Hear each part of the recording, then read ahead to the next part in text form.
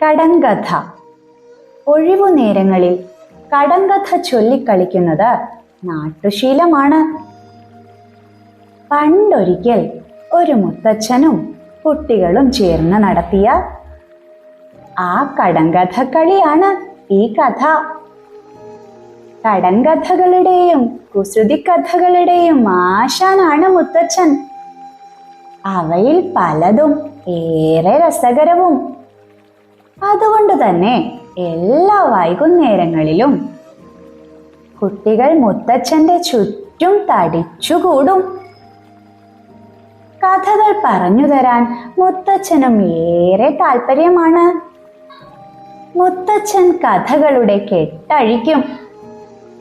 കടങ്കഥകളോട് അദ്ദേഹത്തിന് പ്രത്യേകം ഒരു ഇഷ്ടമുണ്ട്.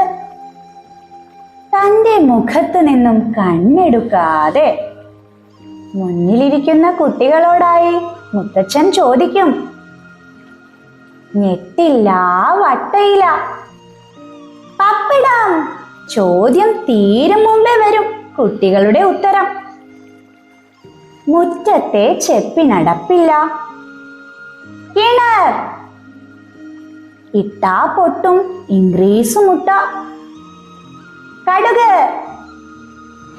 കാള കിടക്കും കയറോടും, മത്തനും മത്തൻ ചെടിയും, അടിക്കാത്ത മുറ്റം, ആകാശം, ഉച്ചിക്കുടുമൻ ചന്തയ്ക്കു പോയി, കൈതച്ചക്ക,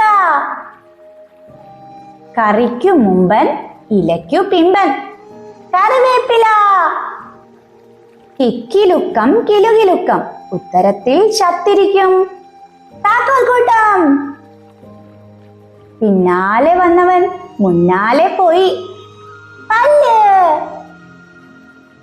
കടങ്കഥ ചോദിച്ച് മുത്തച്ഛൻ ക്ഷീണിച്ചു. എല്ലാറ്റിനും എടുപിടീന്ന് ഉത്തരം പറഞ്ഞതിന്റെ സന്തോഷം കുട്ടികളുടെ മുഖത്ത് തെളിഞ്ഞു. മുത്തച്ഛൻ ഒന്നിളകിയിരുന്നു.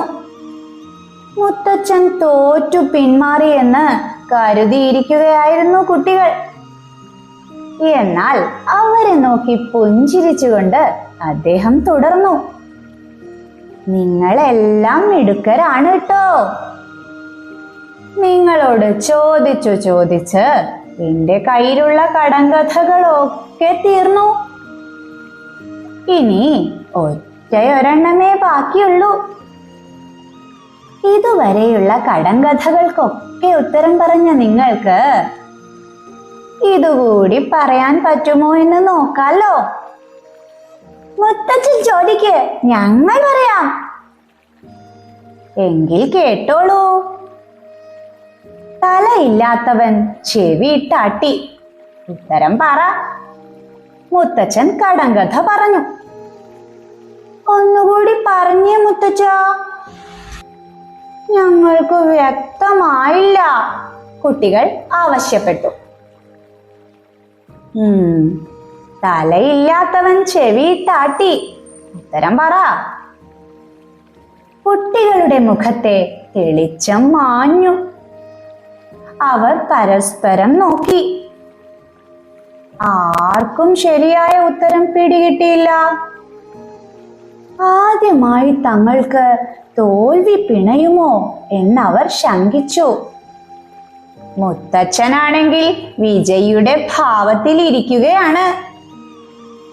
അങ്ങനെ തോറ്റുകൊടുക്കുന്നത് ശരിയല്ലല്ലോ എന്ന് കരുതി ഒരു വിരുദ്ധൻ പറഞ്ഞു, ഉത്തരം ഞാൻ പറയാം, ആന. അത് ശരി, തലയില്ലാത്ത ആന ചെവിയാട്ടണത് കുട്ടി കണ്ടിട്ടുണ്ടോ? മുത്തച്ഛൻ ചോദിച്ചു.